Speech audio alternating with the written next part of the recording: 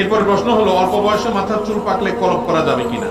অল্প বয়স হোক আর বেশি বয়স হোক, চুল যদি পেকে যায়, নবী আলাইহিস সালাম বলেছেন, জান্নিবু গায়্যিরু হাযা শাইবা ওয়া জান্নিবুহু সিওয়াদ, তোমাদের চুল দাড়ি পেকে গেলে এটাকে কালারফুল করো, পাকা সাদা রাখি দিও না।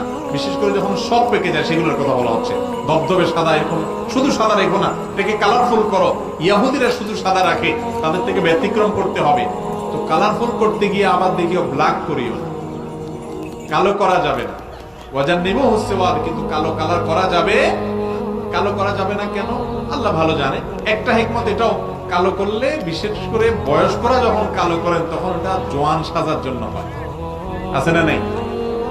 জোয়ান সাজার জন্য। কিন্তু বেচারা পারে না, এদিক দিয়ে কালো করে, এদিক দিয়ে আবার গোড়াতে বাইরে হয়ে যায়, তার গোমর ফাঁস হয়ে যায়, ঠিক না?